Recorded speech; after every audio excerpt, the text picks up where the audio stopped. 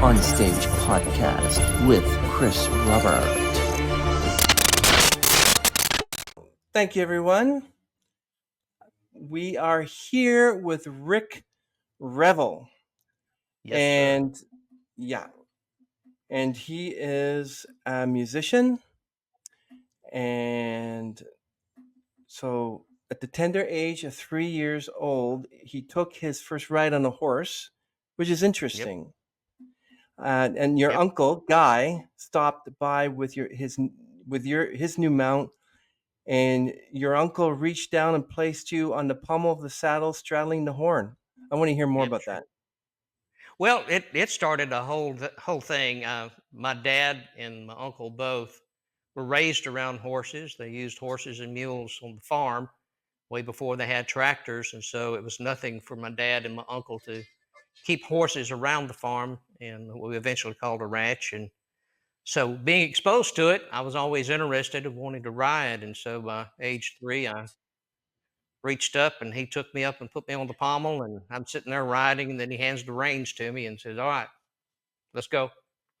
And so it was kind of different to be able to do that, but the bug bit, and I wound up getting my own pony and had several horses after that, and that led to me eventually being on the bicentennial wagon train, which went all the way from Memphis, Tennessee, to Valley Forge, Pennsylvania. So some people ride horses for the fun of it, and I actually rode horses to make money for a while. My uncle worked for King's Ranch when he was young, then worked for Spink's Clay Company and Cattle Ranch, and so I went with him on a lot of cattle drives. And my dad had cattle, so we'd always use our horses to get the cattle up. So I don't know if you can call me a real cowboy or not, but we used horses to get the cattle up. So call me what you may, but I loved horses and grew up around them. And then when the bicentennial wagon train happened, I couldn't help it. I heard the call and rode all the way to Valley Forge, Pennsylvania, either riding a horse or in a wagon. We had 50 state wagons that were with the wagon train, and wound up in Valley Forge. It was a cool trip. That's how I met Mooney Lynn and That's Loretta both. interesting. That's interesting. Do you still ride horses today? Not as much. I still have 2 horses. My work schedule, I do well to sit down and go, and I stay pretty busy. But Loretta came to visit Mooney. Mooney was the Tennessee state wagon master. We had a national wagon master. Then each state had a wagon master, kind of an honorary position. Mooney was the Tennessee state wagon master. And while we were at Nashville, Loretta shows up and everybody's flocking around her. And I had a chance to get to know Mooney pretty well. And so he introduced me to her. And then after the wagon train's over, then I get an invite to start working at the ranch. And so I can thank the horses and the wagon train and all that for my ability to meet Loretta. And one of my horses, Old Whiskey, which was a Palomino, I had him there at the ranch, and there's a picture of me, and I think it was Country Song Roundup magazine. They did a story about Loretta and her ranch, and I'm sitting on that big Palomino in front of her Western store there at her dude ranch in Hurricane Mills, Tennessee. So horses been very beneficial to me more ways than one. Opened a lot of doors. Was Loretta Lynn the same as she was on stage as she was in real life? More so. She was, the movie was produced and shot at the ranch. A lot of it was, and I was there during the filming of it. And you'd see all the interviews with Sissy Spacek, and they would ask her some of the similar questions. Is Loretta really that way? And she said, "Well, why do you think I act the way I do?" And Sissy did an exceptional job of portraying Loretta, and that's the way Loretta was. I was at the house one day visiting with Mooney, and he was looking through his binoculars. He raised Belgian mules, and it was a draft stock that he was raising there, and had world-class stock that he was raising. And he would sit there at his kitchen window looking through his binoculars at his herd out in the back pasture. And he was doing that one day and was sitting there, and he said, "Hey, come here and look." And so I'm looking through it, and Loretta comes into the kitchen, and she opens the refrigerator door, and she says, "Hey, how about a ham sandwich?" So not everybody can say that Loretta Lynn made him a ham sandwich, but that's something I can say, I guess. And then she took me on the road with her in her bus, and that bus that you see in Coal Miner's Daughter, that was her actual bus, and I got a chance to ride on it and got to open some shows for her up in Pennsylvania and New York. So it was quite the experience for a 19-year-old boy.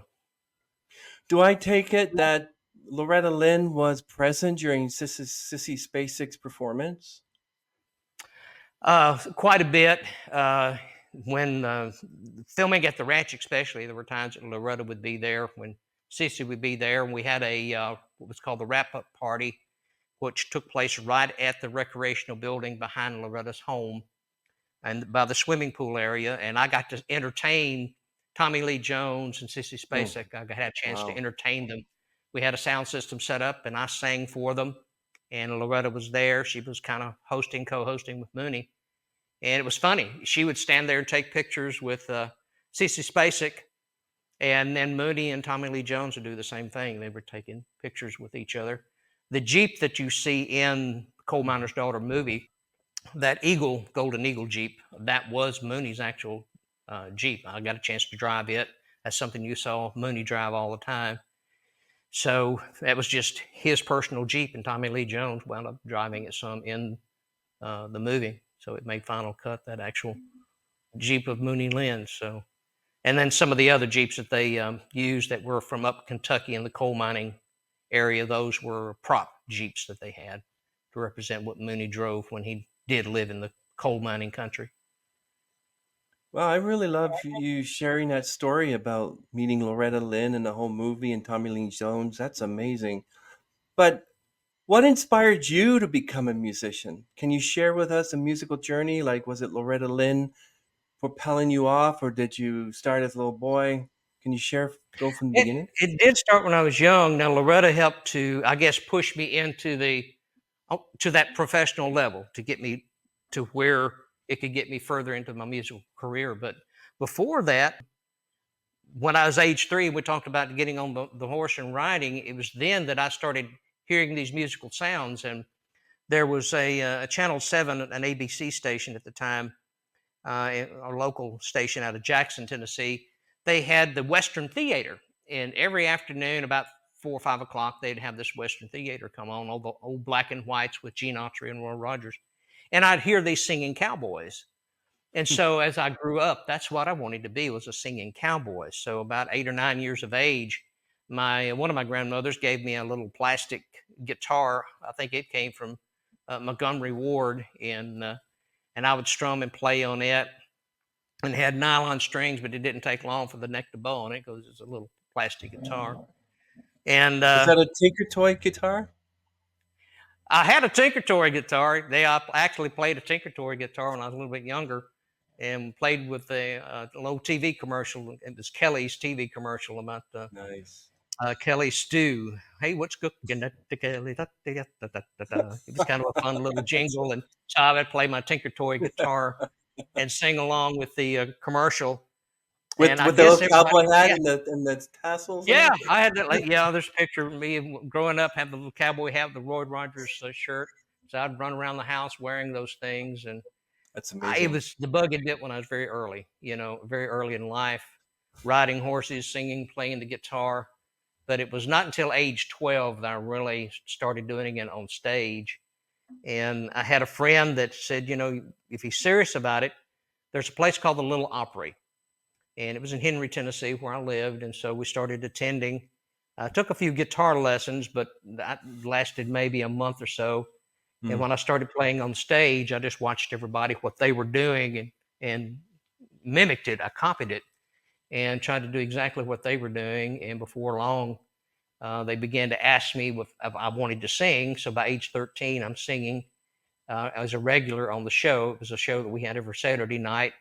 And then on Friday nights, we would go around and play for square dances on Friday nights. And so it was kind of a neat thing. All of a sudden, I'm getting paid $25 to Wow. go play when I'm 13. And so I thought, well, this is kind of neat. I can actually make money and play music. So I thought this is pretty nice. And then when I got paid $50 for the first time, I thought this is really nice. So started out very young, earning a little bit of money, playing for square dances and such. And And then the first invitation came when I was about 15 to go to Nashville and be on the Carl Tipton show. And so I was on television for the first time when I was age 15, going to Mm. Nashville and began to meet some real interesting people. Carl and Pearl Butler, I met them. And Carl and Pearl had a fiddle player. And this young fiddle player was really nice to me. And Woody Paul was his name. And years later, when I was working for Loretta, her publishing company, I did a show, a publisher show, singing some of my original songs at the Exit Inn in Nashville. And this fiddle player, Woody Paul, backed me up. Well, he remembered me from Carl and Pearl Butler days, and he was still at that time playing with Carl and Pearl. And from that, uh, about another 4 years later, 3 or 4 years later, I was doing fanfare in Nashville, doing the Jeannie Pruitt show, I believe. Mhm. No, this was the Western show I was doing. And I was doing a Western show with several other Western artists. Uh, and there was a group there called Riders in the Sky. I don't know if you've ever heard Oh, of Riders yeah. in the Sky. Yeah, They were definitely. musicians for the Grand Ole Opry at the time. Yeah. And if you've ever seen the Toy Story movie, they do the theme song for Woody, and that's where the character Woody supposedly gets the names from Woody Paul. And Woody Paul, oddly enough and comically enough, resembles Woody, the character, a little bit in younger phases of his life. But Woody, I've got a picture of me and Woody from and the rest of the group there, Riders in the Sky, and it's kind of cool to actually trace back to the early days of playing with Woody Paul. So I've had a chance to meet a lot of cool and interesting people. Patsy Montana was on that show. Back when I used to yodel, I don't yodel much anymore because my voice Wow. changed then. But Patsy Montana, I got a chance to actually be on stage same time playing guitar right next to Patsy Montana when she sang, and she was made her claim to fame was during the Gene Autry period, and she Yeah. used to travel with Gene Autry quite a bit. So I've met a lot of cool and interesting people. It's been a fun ride. That's all I can tell you. That's amazing, Rick. When you were 12 years old, you made two decisions, but like the very most important decision is that you gave your heart to Jesus Christ. Oh, And I'm no doubt. thinking, did you have, when I was 19, uh, did you get a chance to witness to maybe Loretta Lynn or Tommy Lee Jones or anybody to Through tell them the about Jesus? years, I've had a chance to witness to a lot of different individuals. Woody Nice. Paul being one of them. Early on, it was interesting. I told some of my friends that they had some interesting habits where they'd sit around, and it's not unusual in the music business to be around people that are passing a joint around or they're drinking. And being raised in a Christian home, I've never done either. And so if people say, oh, "You've never smoked pot," "You've never drank?" And I said, "No." Now, I've had people, oddly enough, that's tried to sneak things into a Coke or something. I might be sitting there drinking a Coca Cola, and they try to sneak liquor in it, but you can taste it immediately. So you just don't, you put it away and tell them no, thank you. But that's a personal conviction of mine. That's, I'd have Christian friends that drink and think it's fine. But my personal conviction was that I shouldn't. I didn't feel it's something I should do. And so I Hmm. abstained from it. And some of these people would come to me and say, "How do you do it? Why do you do it?" And so I would just tell them, it's called a personal walk with Jesus Christ, and that's what Hmm. you do. You try to have a daily walk with Him. And Loretta could see it. That was one of the things she always. Uh, we were driving to Nashville once in her Fleetwood Cadillac, and we had that Mm. talk. Uh, her niece Herma Lee was riding with us, and that was one of the things we talked about was her relationship with the Lord and things. And she had a Wow. slightly different perspective, but I think she had a Christian background also. I think her whole family did. That is awesome, So Rick. I like to hear it stories. was interesting to get a chance to rub elbows and find out what Christian convictions were out there. I think the entertainment business shapes what you say and what you don't say. A lot of people, a lot of times, can be a bit of a closet Christian. Not everybody will go by that, but there are those that, because they don't want to hurt their position in the entertainment industry, a lot of times they'll not claim to be a Christian, but That's me. I'm a rebel. When I was performing at that time, my everybody in school called me Rebel, Rebel, and although I was born Revel, everybody called me Rebel. So my Yeah. stage name for a short period of time was Rebel, and I guess that's the reason why, because I've always been rebellious, but it was rebellious in a good way. It was going against the grain of what human nature wants you to do and try to do the wrong thing. I was trying to do the right thing. Not that I've always done the right thing. I've had a lot of times I've had to ask forgiveness for things that I should have never done. But being a Christian, that's first and foremost in my life. I know what you're talking about, Rick, because I know that when I first became a believer, I know people watch you like a hawk. And if you make a So mistake, they, they're like, but you're not perfect. You're a Christian, but you're not perfect. You're just striving to be like him. And it's yeah, difficult. But that's your. It's a daily yeah, goal to try to every day to be as much like Him as possible, be as Christ-like as possible. But my goodness, every day something's going to give you a challenge. When your vehicle's broken down for the fifth time, that gives you a challenge. So you get tested all the time, and so I'm constantly under the test. But salvation, you don't want to do anything that will make you lose your salvation in terms of turning your back on Christ. You always need to eyes forward, eyes upward, yeah, and always serve the Lord. I know what you're talking about. Yeah. Um, it's like how would you describe your unique musical style? Like, do you think it has evolved over time? Oh, most definitely evolved because that the period I just talked about earlier. I wanted to be a singing cowboy, and by being on the bicentennial wagon train, being involved in rodeos and everything I was involved with early in life, and working at Loretta Lynn's Dude Ranch. I mean, we called ourselves the Dude Ranch Boys at one time, and so Hmm. everything that I did. One of the songs I had written at the time was "Everybody Dreams of Being a Cowboy," and so westerns were hot at that particular time. Hollywood was still cranking out westerns. They backed off of it for a while. Now they're starting to do it again. But it's a very romantic period of time that a lot of movies were made about, and so I got caught up in a lot of that. And so yeah, I wrote a lot of songs about the West and about frontier. But when I started working for Loretta's publishing company, then I had to take on a different hat and try to write more commercially. So I began to do that, and a lot of the publishers would complain, says, "Well, you're so young, you haven't lived a lot of life." And I said, "Well, that's just very true. I haven't lived a lot of life yet." They said, "But you've got to live life. You've got to go through a divorce or two. You've got to Mm. get drunk a time or two, and got to be in jail." And they started listing all these things, and I'm like, "What? I got to do all those things to be a successful writer as a country music artist and a writer?" And it's like, ooh, I don't like the sound of that.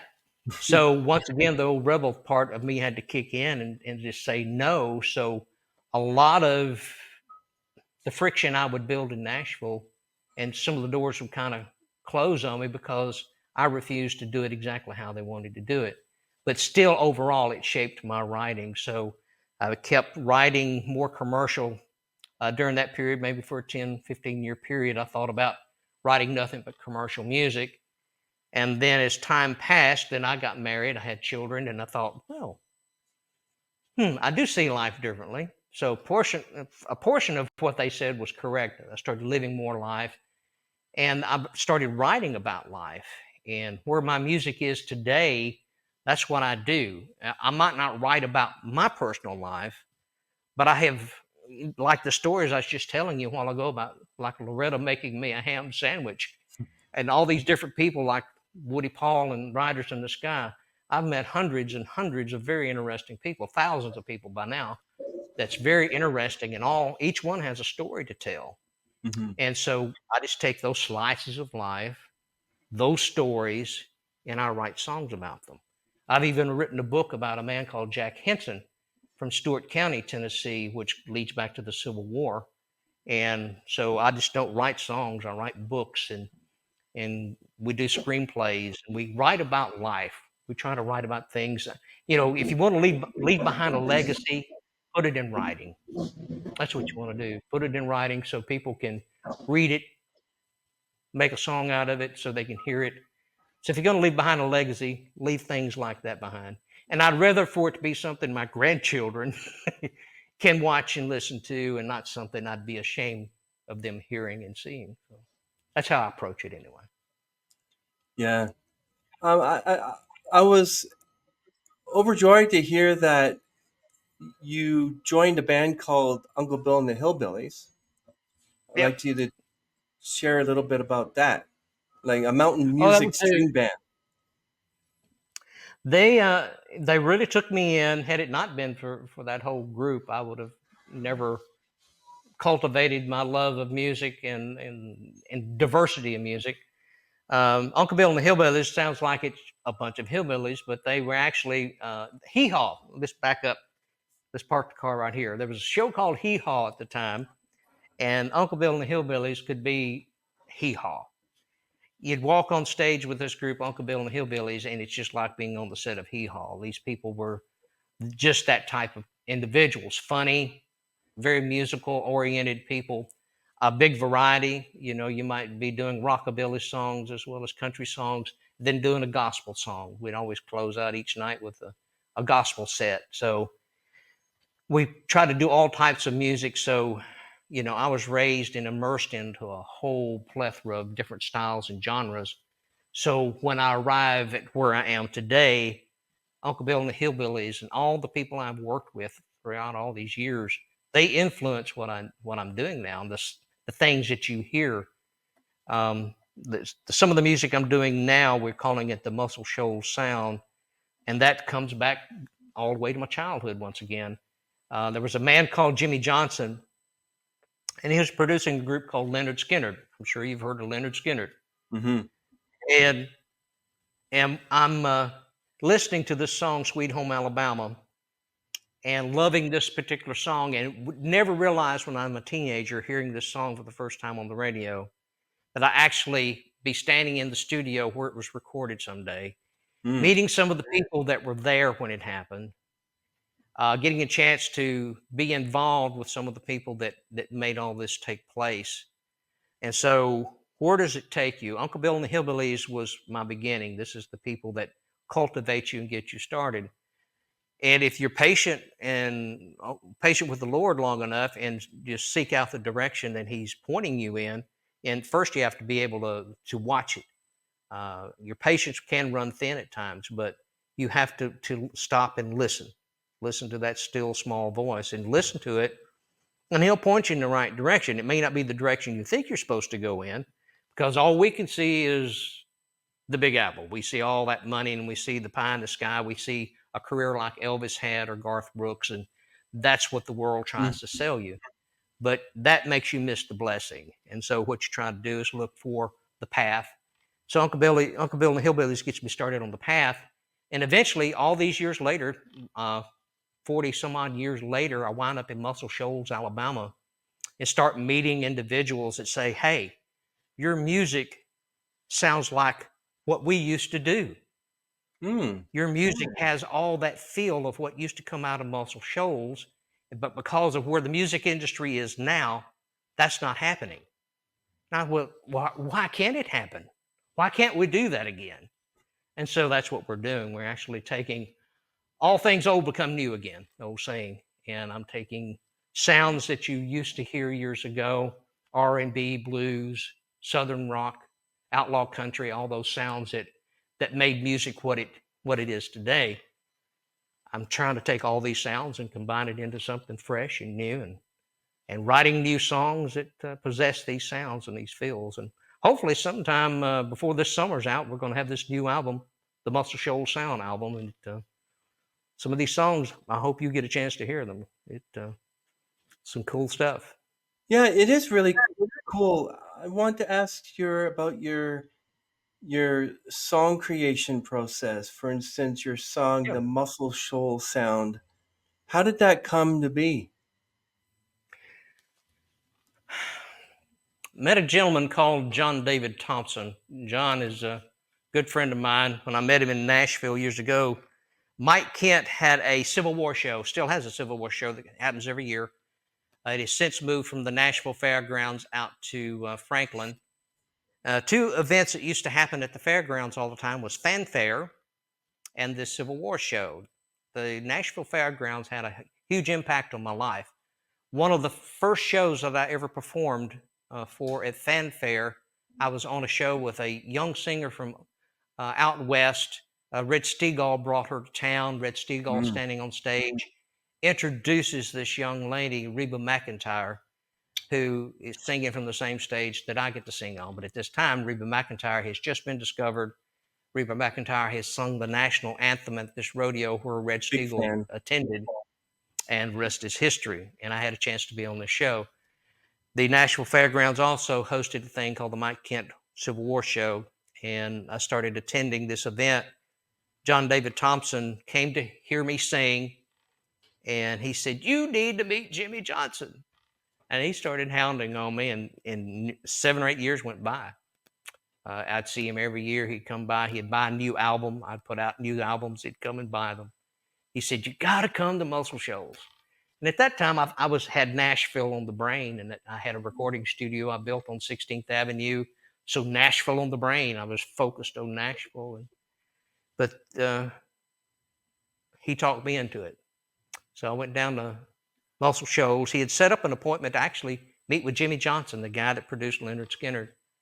Mm. And about a week or so before we were to go down to see him, John David called and said, "Jimmy's sick, and we're going to have to reschedule." And I said, "Okay, be fine." Well, a little bit of time passes, and I hear that Jimmy Johnson passes away.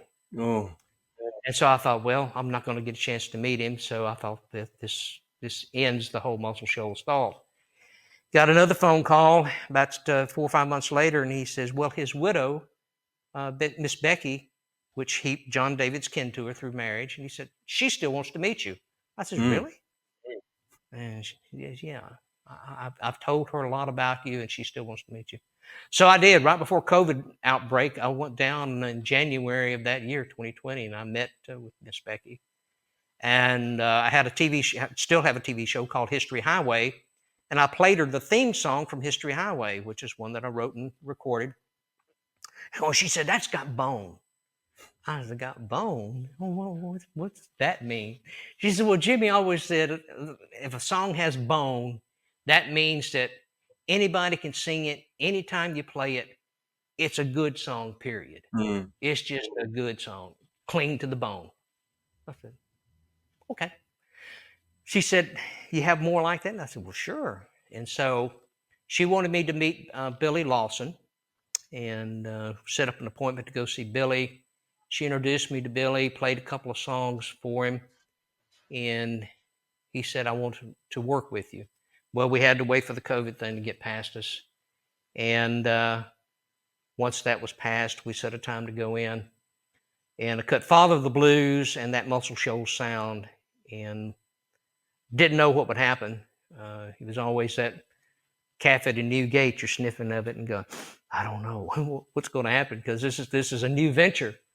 And Father of the Blues, right out the gate, we started Mhm. playing it, and right out the gate, it won the best Mississippi blues at the Mississippi Music Awards last year, which got me back this year. And Hard Times in the Deep South is up for best Mississippi blues song, and I'll be Wow. singing that next Friday at the Mississippi Music Awards. And then Father of the Blues, that won last year best Mississippi blues, is up for Song of the Year this year. So, like I said earlier, it may not be the path that you think you're supposed to be on, but it's a path, and it's the path that the Lord put you on, and I think it's the one you need to be on. Because Miss Becky, you talk about a Christian, she's an excellent Christian person, and that's how she lives her life. And so, a lot of the people she introduces me to, she tries to make sure that that's the type of people they are. Will McFarland, talk about Christian walk. Will McFarland was a devout hippie. He and his wife were from California, and Jimmy Johnson took them in, and he showed Will McFarland the ropes, and Will became one of the top guitarist session players in Muscle Shoals. Still is one of the top rated players in Muscle Shoals area. Wow. but because of the Christian influence of Jimmy Johnson and the Christian environment down there, Will is now a preacher. He gave his life to Christ, and he and his wife both are have a little church down there, and then he wound up marrying Becky and Jimmy later in years. So it's kind of an interesting thing. So Christianity is a very important part of my life. It's been involved from day one through the music industry, and that's just how it kind of guides me through. And Kevin Keel, the guy I'm working with, that's helping on the video production today, he's a devout Christian, as his wife Terry. They're both devout Christians, and that's what attracted us together. When I met him about 3 years ago, 3 or 4 years ago now, I guess. About well, going on three, I guess. And I walked in. I said, we're supposed to work together. I don't know what yet. But we're supposed to work together, and so it's just amazing how things evolve. And I guess this is kind of a neat thing. Getting to be with you, Chris, is the fact that you apparently share Christian views. I do. I've been a Christian since, let's start again. I've been a believer in the Lord since I was 19, so Right. many years. I've learned so much. And yeah, it's just a daily walk. Long and narrow is It the is. way that leads to life, right? It is. And Mhm. I started this podcast almost 3 years ago, this October, and almost 200 episodes. And I enjoy every bit of it, speaking to musicians and learning about their Christian faith. And I remember saying, Lord, it would be nice to get more uh, Christian artists. And within a day, someone contacts me and say, "Hi, my name's Ed. I'm a Christian artist, and I have Christian artists." And I'm like, "Whoa, God, not now, but And thank you." Yeah. So it's God Nate. is good.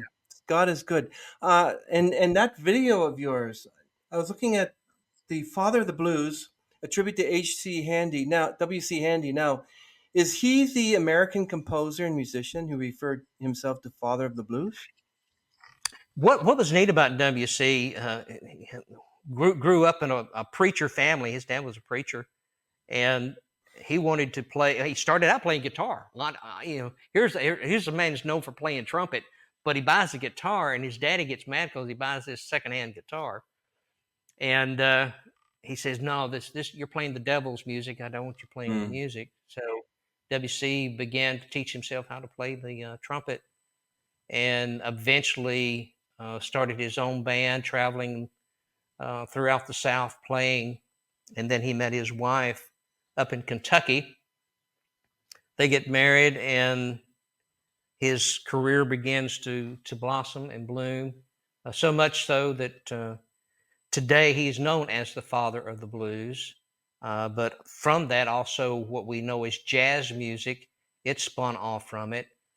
Even the music that we play, that our high school bands play, a lot of that type of music evolved out of W.C. Handy. So we have a lot of different genres of music that evolved from his music that he was original in producing. So that sound that he produced back then, we hear elements of it today.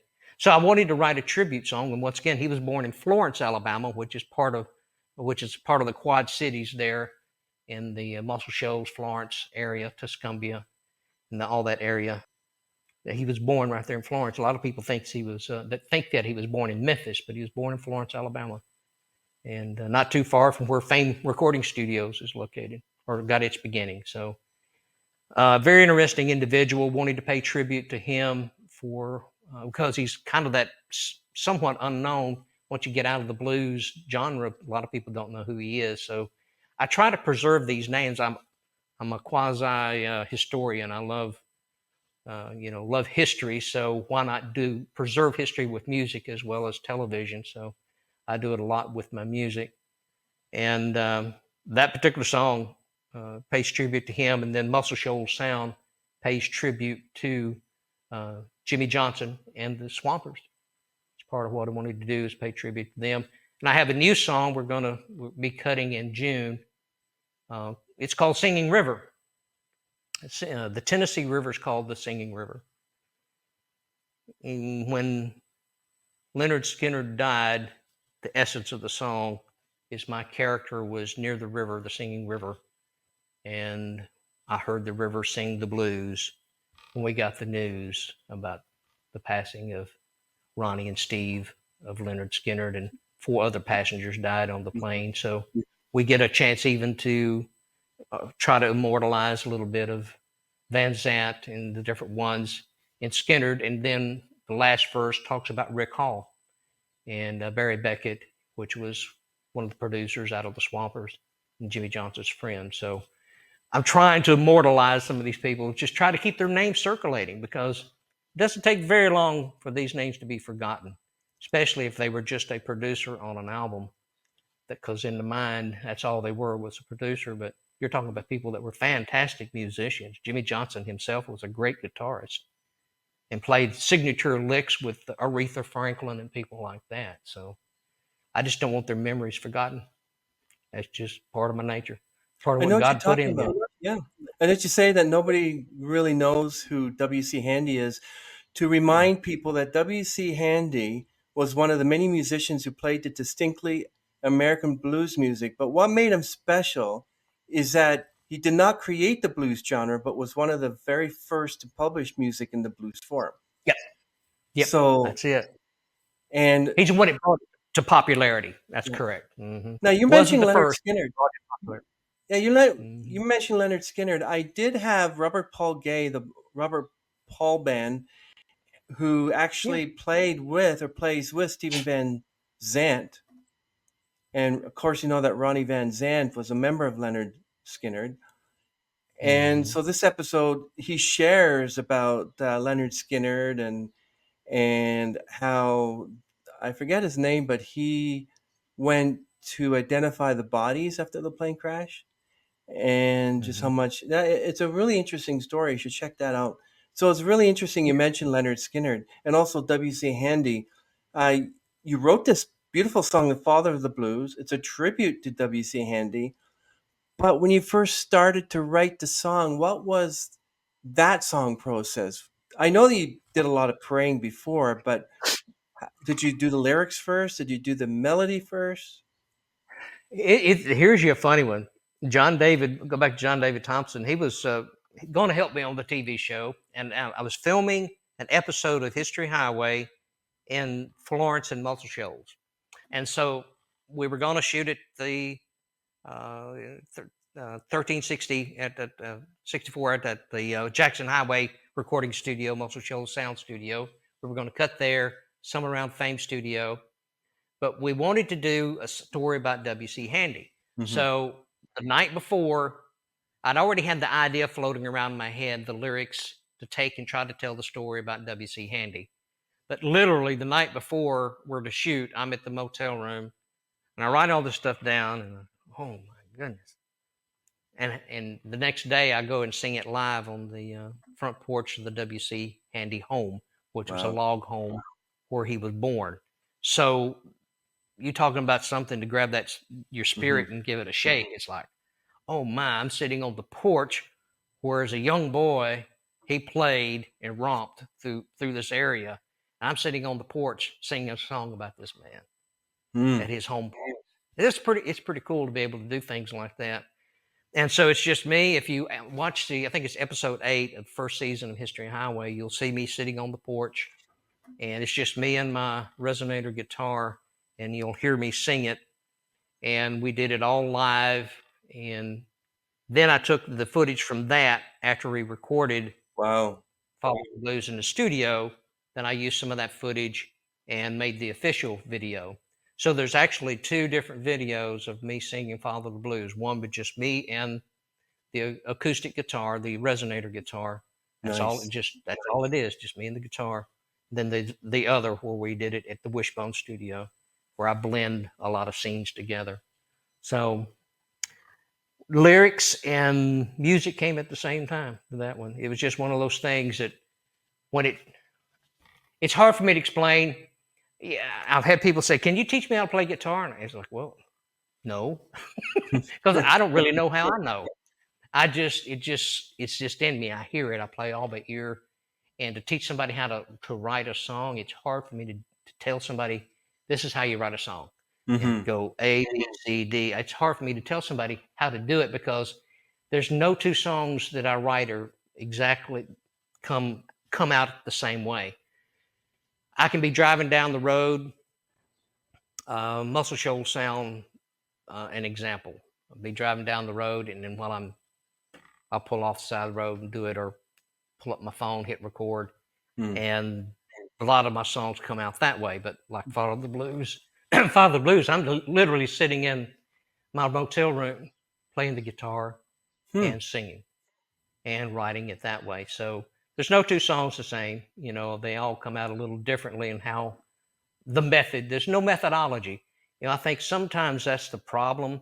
I had one guy in Muscle Shoals at a songwriting seminar. He said, "All right, what is your method of writing a song? I want to know your method." And I have a method. And he said, "Well, Wow. you don't have a method?"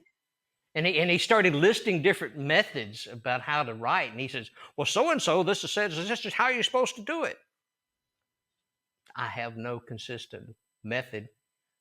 It's all by inspiration. It's like a tap. And can the tap dry up? Yeah, it can dry up if you don't keep it active.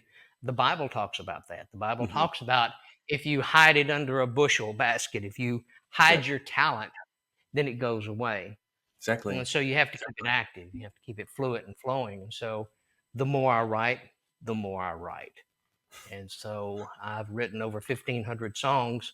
And to some of the pro writers that's made bukus of money off of it, they've written far more songs than I have.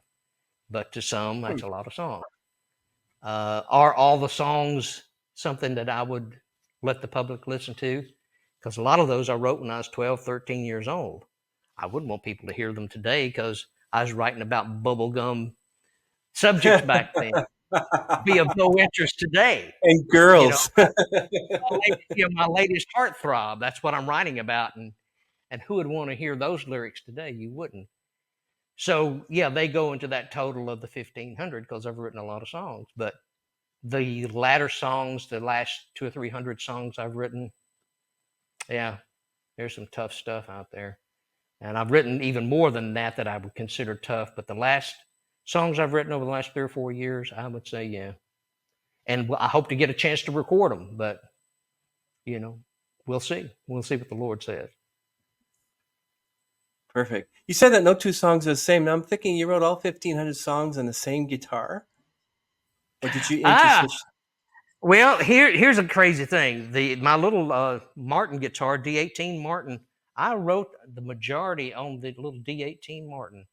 That Wow. resonator guitar, I got it about 4 years ago, 3 to 4 years ago, and for some odd reason, it has wound up being the guitar of all the Muscle Shoals things I'm producing now.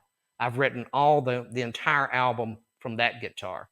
Up till that point, though, everything was written on a D18 Martin guitar. I just loved that little D18. I got it when I think that guitar I got when I was 13. I had a harmony guitar right before that, and the harmony guitar had some neck issues, and so Mom said, "For your 13th birthday, what do you want?" And I said, I'd like to get a Martin guitar," and we gave like $350 for it. Hmm. And that bad boy is worth 3 or 4 thousand now because I'm the original owner, and they appreciate. So it's kind of an interesting story behind the guitar. It actually went all the way to Valley Forge, Pennsylvania with me on the bicentennial wagon train. You can find pictures of it on the internet of me playing that guitar when I was 18, 19-year-old on the bicentennial wagon train. The guitar's been with me to the Grand Ole Opry. I've had a chance to play on stage of both the New Opry and the Ryman Auditorium. Wow. So that D18 Martin's been with me around the moon and back.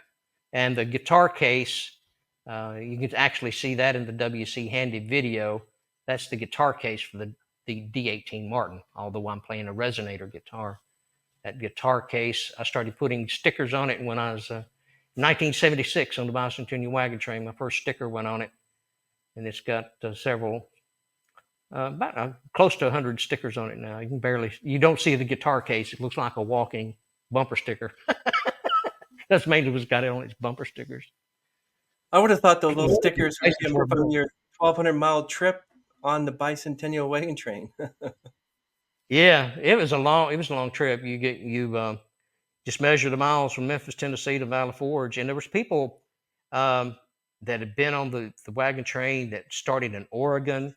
All Mhm. 50 states had a wagon, and each wagon left from the basically the state capital, and they would Wow. make their way to Valley Forge, Pennsylvania. The whole premise of the wagon train was the old saying was "Go west, young man," so they changed it, "Come back east, go east, young man," and so that was history in reverse. The state of Pennsylvania helped to raise the money for it. It became a national campaign. Gulf Oil Company at the time, they helped put money behind it, and it was a national celebration. And it was one of those lesser known celebrations that took place during the Hmm. bicentennial. But I got Wow. a chance to be a part of it, and I got a chance to make history. There's very few people that were on the train in terms of the vast number of Americans that were trying to celebrate the bicentennial. They just didn't know about it. But we had before we reached Valley Forge, Pennsylvania, we had over right at 200 wagons following us. We Wow. had a small amount that were state sponsored wagons, and the rest were just people that wanted to go and join up with us. And so they would have their horse, their wagon. Some had buggies. I had one guy from Arkansas, Jerry Robertson. He went all the Mm. way from uh, state of Arkansas to Valley Forge, Pennsylvania, with his little horse Popcorn, little old pony called Popcorn. Aw. Pull that buggy all the way to Valley Forge, Pennsylvania. So that's when the bug really bit for me to be I guess, to tell history, because as we went across America, I saw all these bits and pieces of American history, stories that weren't being told anymore. And when you talk about what changes you in how you write songs and things, how you view life changes when you have children. And one of my children, my oldest daughter, came home from school one day, and I saw her history lesson. And the history lesson is like, wow, this is what they're teaching about the Civil War. Mm. And compared to what I had been taught in school, not saying that I had been taught correctly or incorrectly, but comparing to what she brought home, it's like, wow. And then I got to seeing what they were teaching about George Washington and some of our founding fathers and such and so forth. Ooh. It's like, wow, they're not teaching the whole story. They're teaching Yeah. a paragraph. And literally Mhm. that's what you're seeing is a condensed version fit into one big book or one big journal, and they'll condense it down. So I got very concerned. And so I began to cultivate programs to where I would write music, a one man play, and I would go out and I would sing about George Washington or David Crockett or different historical characters. And I Wow. would tell this historical story.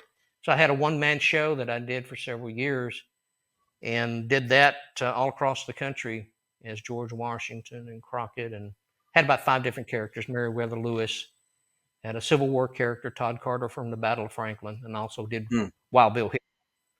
And so doing all these characters and teaching the bits and pieces of history that get lost. It's kind of like Paul Harvey would say, the rest of the story. And that's Yeah, what I was exactly. history. Rest of the story. I love Paul Harvey. He was Wow, incredible. Rick, and I'm kind of wondering how you dealt with your mental health because from the last I would say from the last 24 some odd years, you did 30 no, you did 3,000 stage performances. How Yeah, do a you lot deal of with that, your mental health? How do you deal with that? It's Mental a Health lot of Month, that by the goes way. back to Loretta Lynn days. Did a ton of shows there at the ranch. We had what we called a campfire show, which come from the wagon train. We keep leading back to the wagon train, but I did campfire shows during the wagon train. People would want me to sing Rocky Top and a lot of other things like that. But I also had songs I'd written. I'd written a song Mm. called "The Almost Famous Ride of Paul Revere," and that became one of the most requested songs around the campfire. So when I started working at Loretta's, we made a campfire, built a stage next to it, and so we called Wow. it the campfire show. So every night as I performed off the stage, they would light a campfire and it would play, and everybody would sit around the campfire listening to me sing. So I Mm. did a lot of shows at Loretta's that way, and then from that during the wintertime, We would get booked and we'd play all over the country. We played up as far as around Philadelphia. We started playing a lot of shows up around there. Um, we can expand even more the heritage part of it. Started performing in schools, in colleges, Mm. in gymnasiums, in their theaters if they had one. So outdoor shows. I did one show for a Civil War reenactment at Franklin, Tennessee. It was actually held at Spring Hill, but it was for the Battle of Franklin. And I did battle announcing, just like if you'd go to a sporting event, like a football game, and you hear the guy saying, telling you what's taking place on the football field, or a race car driver, or a rodeo announcer. I would go and tell you what's happening on the battlefield so you would understand historically what's taking place. And Mm. I had music produced, and so I made it very dramatic. And on Saturday's event, we had 100,000 people attend. On Sunday's event, I sang to them, and there was 50,000 attending the Sunday event. So for a Wow. little boy from Henry, Tennessee, doing it the hard way, that was a pretty large audience. And so, are all the stage performances alike? No, nothing. There's hardly any two things I do that's ever alike. Huge variety. I played anywhere from a small group of people, 100 people sitting around a campfire listening to me at Loretta Lynn's ranch, to events that have 150,000 people attending. So Wow.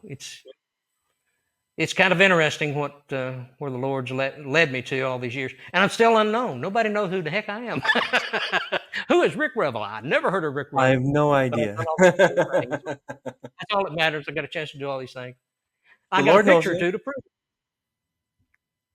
So it's been a fun ride, Chris. It really has. Lord's blessed me. It's amazing. What kind of advice would you give to aspiring Rick Revels out there, just starting out in the industry? Wow. Um, keep your feet on the ground. Hmm. Don't listen to, it's good to get advice, but make sure you know who you're getting your advice from, that they know what they're talking about, because there's a lot of bloated chest people out there. Huh, Mm. I'm professional. I've made millions, so listen to what I say. I And know it's what you like, mean.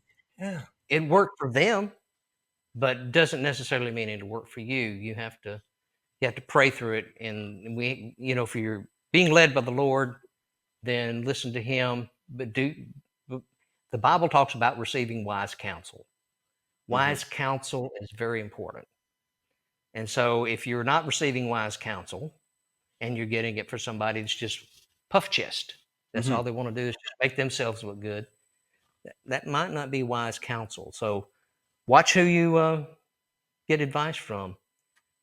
Work your craft. Make sure you have your craft down. You can't practice enough. You have to get your musical craft down. Don't be dependent on somebody else. If you're depending on them to make you a star, then you better be star material.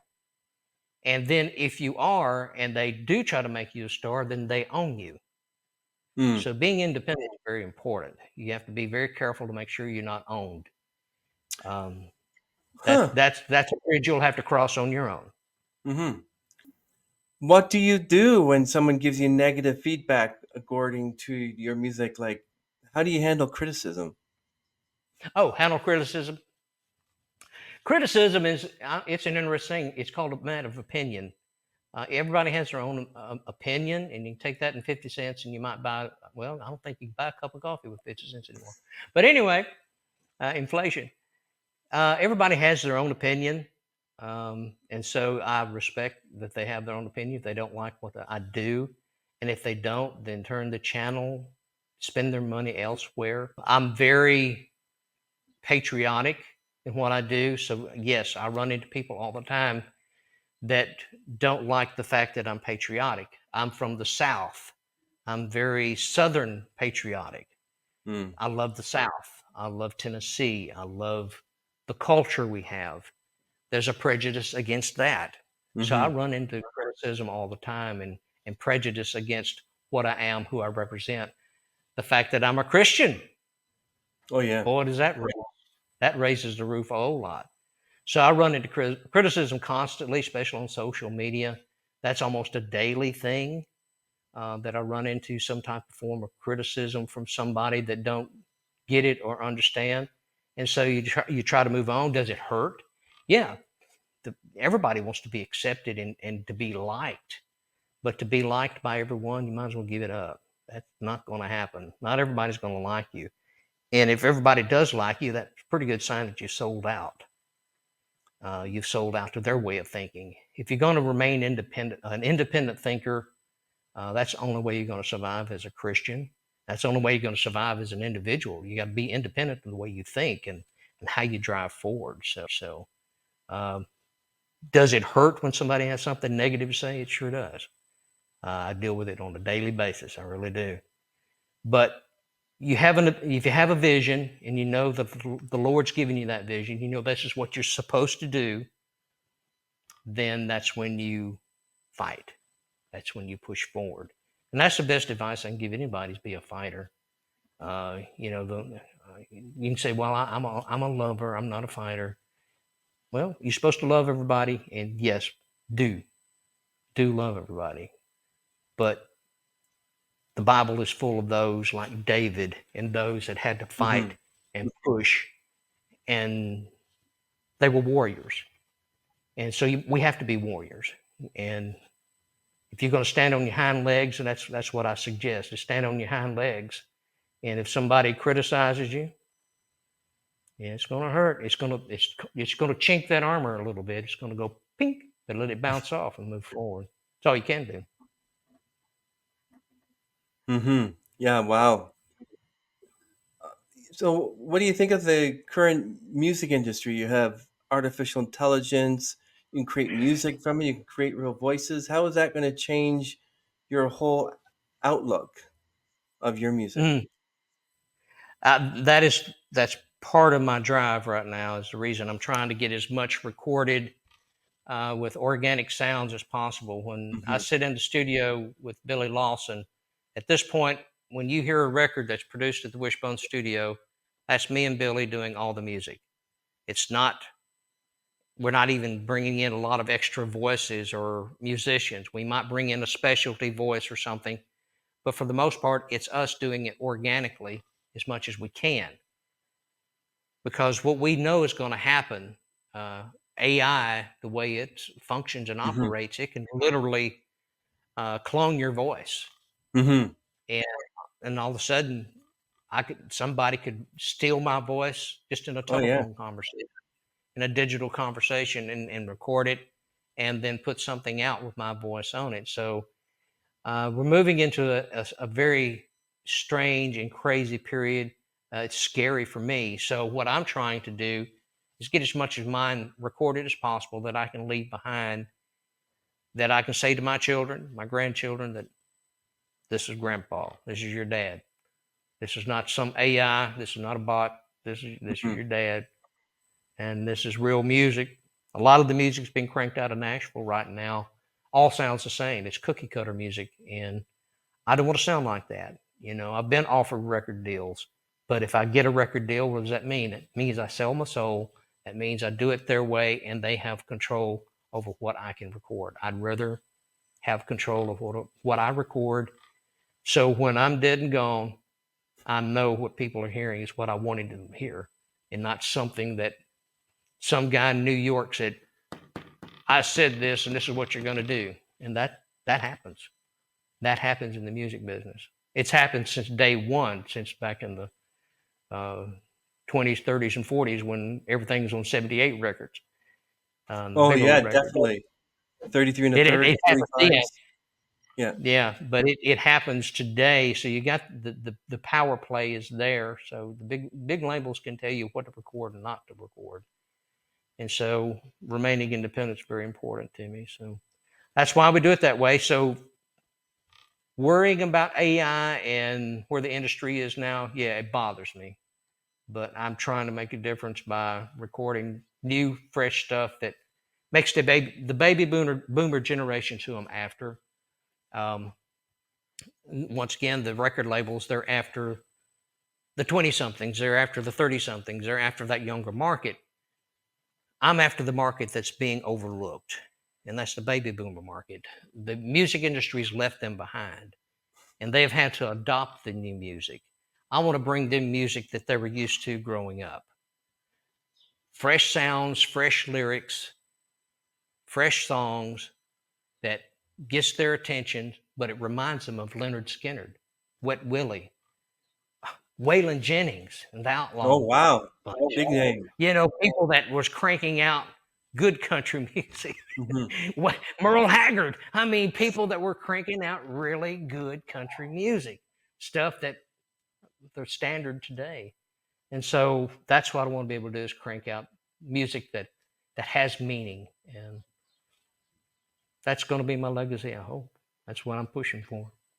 Oh, yeah. Legacy of Hope. I love that. Um, when you did the Outlaw Prophet, you met Rebecca Holden of the Knight Rider series. Is she one of your Yeah, fans? I was one of her fans to begin with. That was the Knight Rider was really nice. Little show growing up and watching it. And Hmm. here's a funny thing: who would have ever thought that I would get a chance to meet one of the women that the Breck girl? She was called the Breck girl. I mean, she was on the Breck Uh-huh. shampoo commercial, and she'd be lathering her red hair up, and beautiful woman. And then all of a sudden, I meet her dad, and we get started doing some work together, and we wound up on this movie together. And then eventually, I had a TV show called Music and Entertainment Tonight, and she came on as a guest for it Hmm. also. We got a chance to be in this movie together. It's one of those interesting movies that I say I'm in it, but don't look for me, because I wound up being a zombie in it. It's one of those. It's a And you're science not one fiction now? movie. And no, it's a science fiction movie, and it's one of those you go, why did they make that one? And I think Rebecca thought the same thing too after it was made. Why did I Mm. say I would? But she's really a nice person. We had a lot of fun together. She, for several years, I don't know if she's still involved with the ROPE, which is the Hmm. for the retired performers there in Nashville. She was very active in it, helping to raise money for all the ones on the Grand Ole Opry and the different performing artists that were too old to perform anymore, and they had a retirement fund to help them. And she was very active in helping to raise money for them. So she's very benevolent, very very sweet lady. I enjoyed working with her. That's awesome, Rick. Very When pretty. you were actually music and entertainment tonight, you were like you had from music to magic, comedy, celebrity interviews. Who do you remember the magicians you had? Because I'm a magician myself, and I'd be interested in knowing what Cal magicians you've had. Cal Carter. It's KALKOTTER. Cal Carter. That was the magician I had on the show. Mm. Very funny. I loved his presentation. He was the guy that you didn't want to take too serious when he did the magic tricks because he had a great sense of humor. So he was great to work with. He was on about four of our shows when we were filming at Jimmy Snow's studio.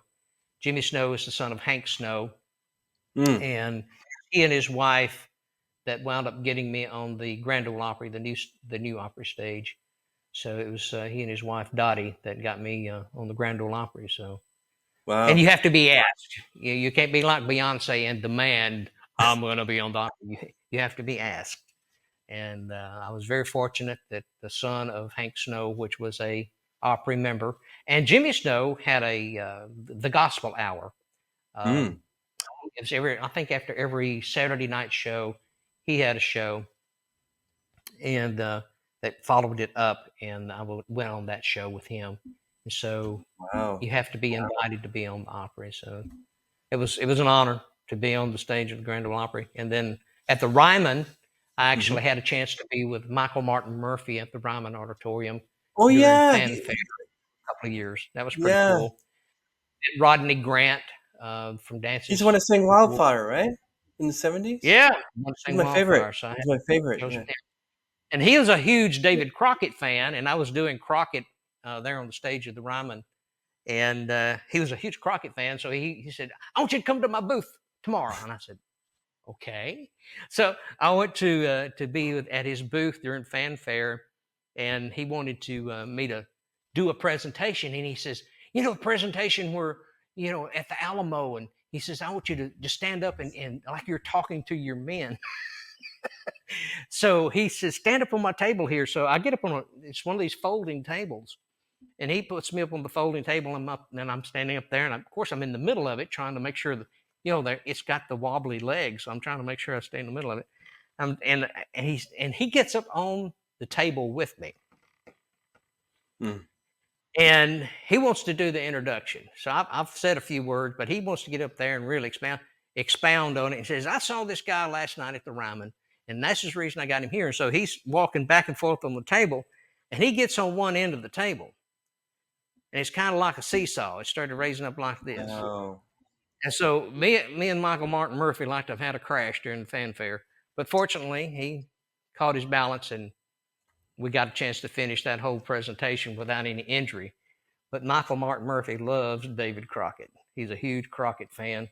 Love his music. He puts on a big West Fest, I think is what it's called, every year out west. So he loves the singing cowboy thing too. He's huge into the cowboy way. So I love Michael Martin Murphy. Great guy. Wow, you're So so like I told you, blessed. I've met just about everybody. So blessed. Wow. I wish I was you right now. I meet all these wonderful celebrities, musicians. Wow. That'd be awesome. Do you mind me asking how long it took you to grow this? Oh, the ponytail. Yeah. The Yeah. reason for the ponytail, doing George Washington, I didn't want to wear a wig. I wanted to have natural growth of hair. So doing Washington, I let my hair grow for that.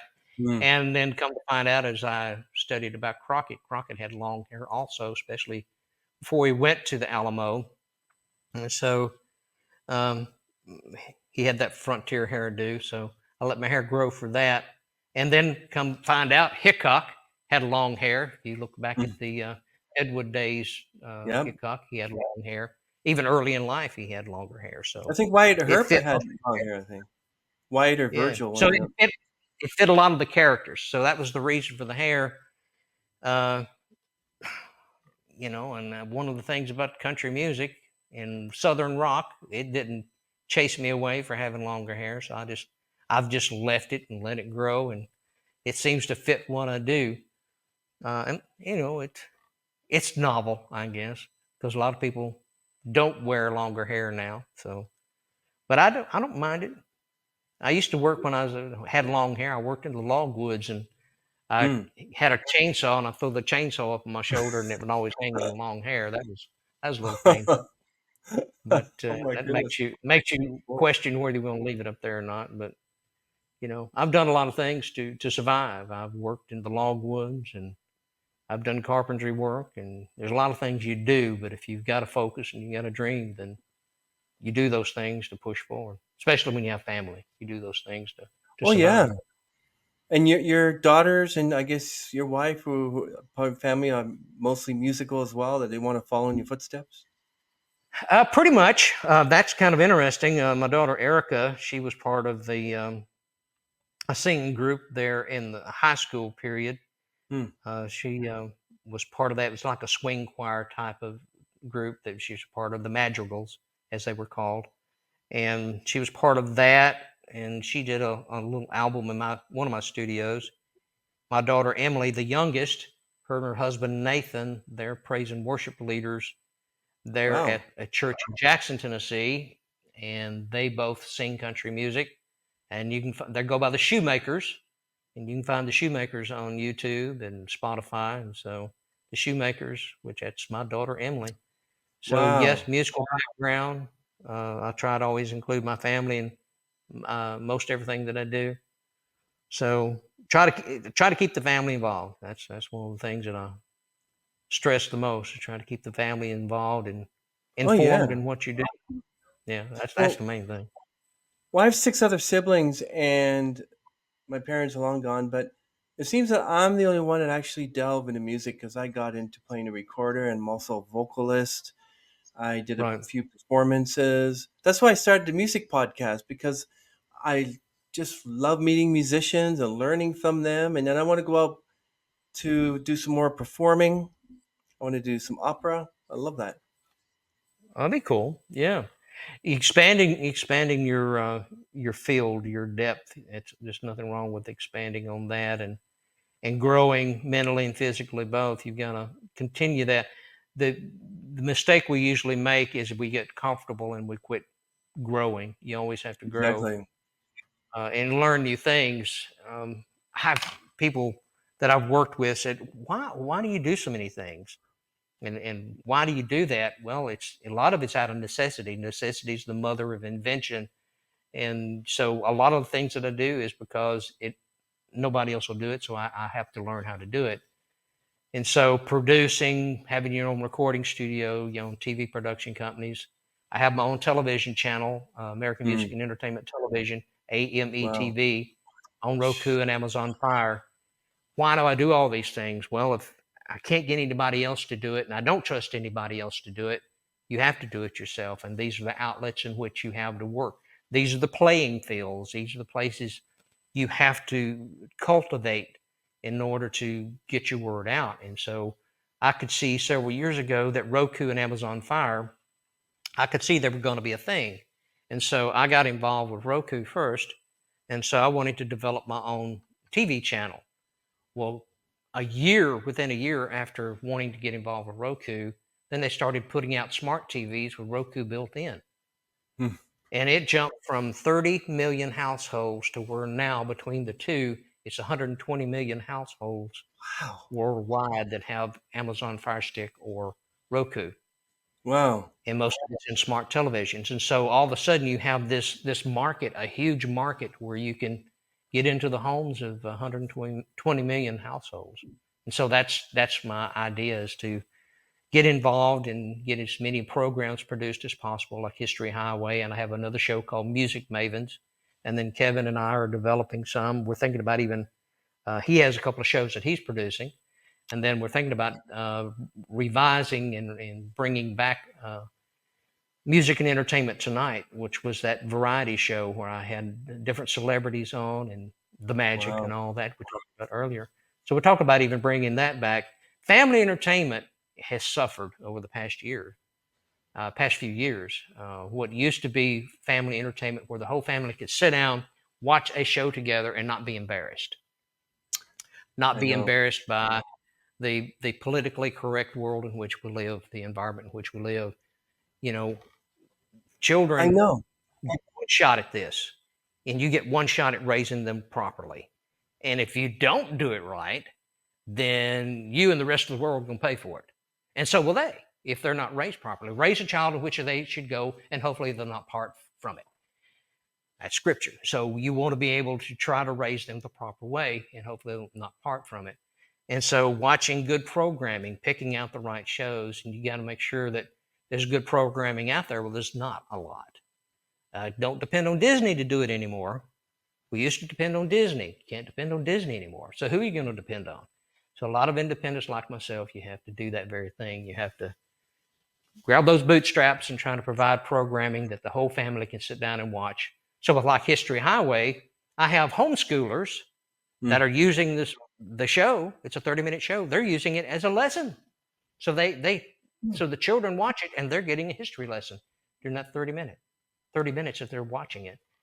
And it could wow. be talking about the river pirates up on the Ohio River. Of course, it's mainly American history. We don't do any Canadian history at this point, but it's mainly American history. So we might one show be talking about the river pirates in Cave in Rock, Illinois. We may be Mm. talking about that, or Crockett, or the Jesse James, Jesse and Frank James. So that's what I want to do, is provide programming the whole family can sit and watch, and whether it be music or history, whatever it might be. I know you can't get away with Hogan's Heroes, All in the Family today. You can't get away with MASH today. Maybe Mary Right. Tyler Moore, but I wouldn't reboot that show. You Love Vote maybe, but yeah, you can't, like, I don't think you can even show Hogan's Heroes or any of those shows anymore in this day and age. It's harder. Yeah, you have to be. It has to be on a channel that they don't really worry about politically correct or not. Um, some of the stuff's gone public domain, but far as a lot of the channels, most of the original programming that's being cranked out today, it's not fit for families to watch. So you have to literally go back to things like you mentioned, like a Hogan's Hero or something that was just for laughs, Mm. just for laughs. Nothing vulgar, nothing that you'd be ashamed of your children to watch, and you could actually walk out of the room and not worry if the child is watching it. Not worried that something's going to be said or done while you were absent to go get a glass of tea or something. But Yeah. today it's not that way. You have to constantly monitor what they're watching. And now that they have TikTok and Hmm. cell phones to watch everything and watch constant YouTube presentations, the content, it's hard to monitor all of it. So it almost Yeah. feels like you're fighting a losing battle. So that's the reason I want to provide as much family content as possible. So I can say I did my part. I'm trying to I do my think part.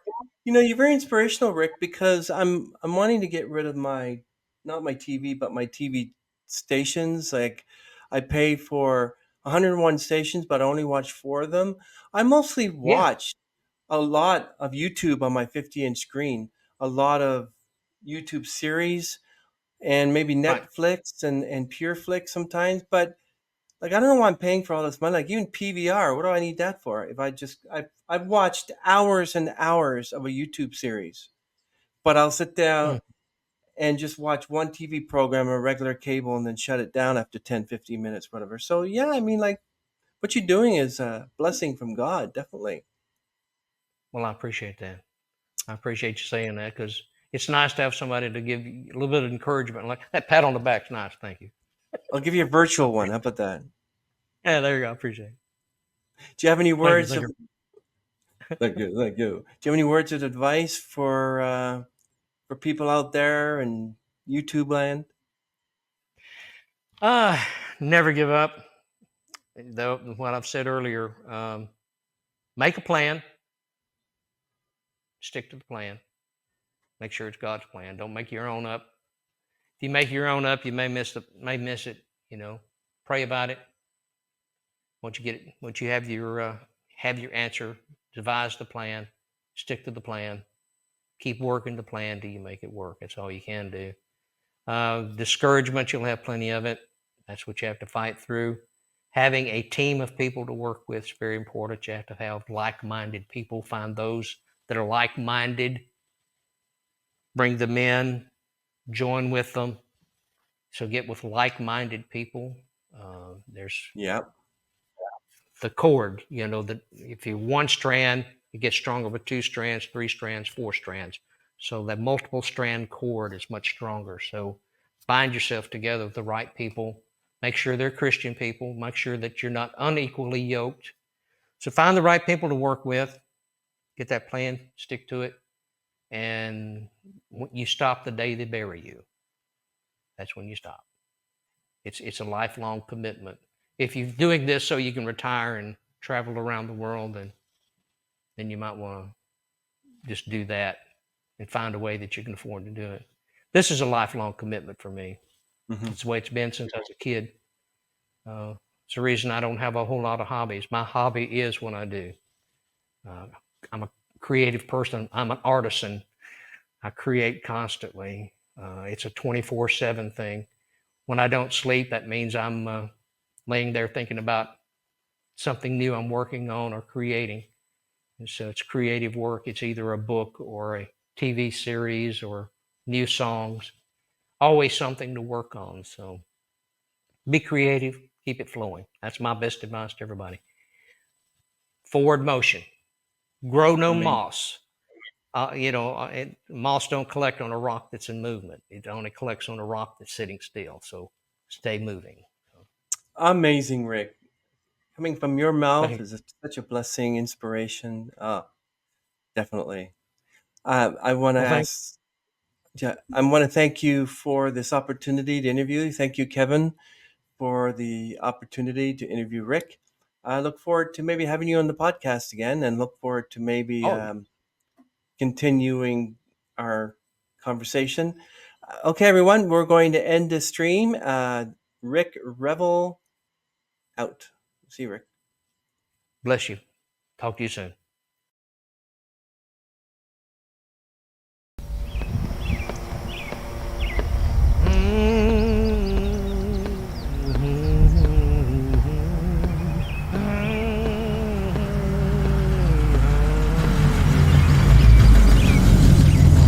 About time I got me a ride.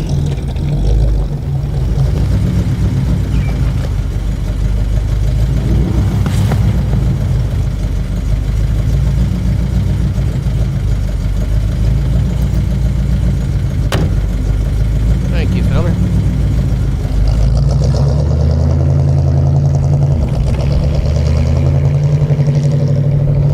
Where are you headed? I'm headed over to Muscle Shoals. Gonna get me a job at a recording studio. You know, that one over there on Jackson Highway? You know what they say about guitar pickers in Muscle Shoals, don't you? What's that, fella? They're a dime a dozen. Let me tell you, ain't nobody got a lick like mine. I'm gonna rock the town.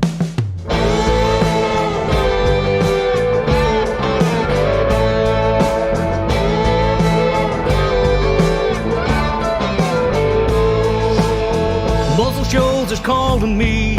I cannot stay away. Gotta hear that river sing and listen to the swampers play. With the guitar on my back, a suitcase in my hand. Muscle Shoals is calling me, 'cause I'm a music man. Jimmy Johnson called me, said you got the gig. And if you play your licks just right, boy, you're gonna make it big. And when I laid my tracks down, I let my fingers fly. And old Jimmy, he just smiled and let me tell you why.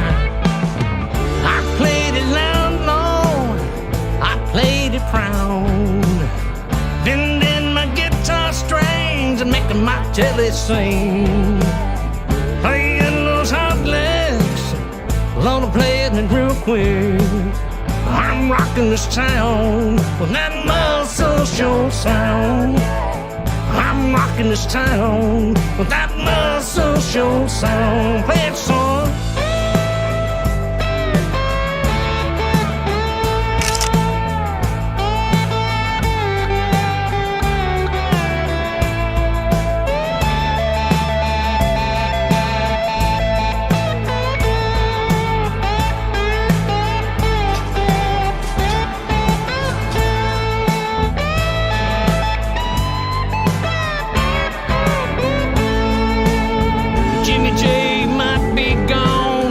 The swampers too, but their sound, it lives on in me and you. Swamp music alive and well, it never shows its age. And I'm playing it every night, somewhere on a stage. And I'm playing it loud, Lord, I'm playing it proud. Bending my guitar strings and making my telly sing. Playing those hot licks, Lord, I'm playing them real quick.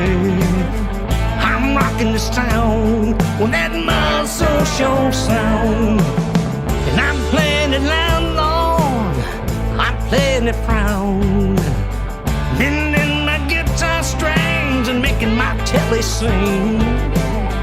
Playing those hot licks, Lord, I'm playing it real quick. I'm rocking this town with that Muscle Shoals sound. I'm rocking this town with that Muscle Shoals sound. I'm rocking this town with that Muscle Shoals sound.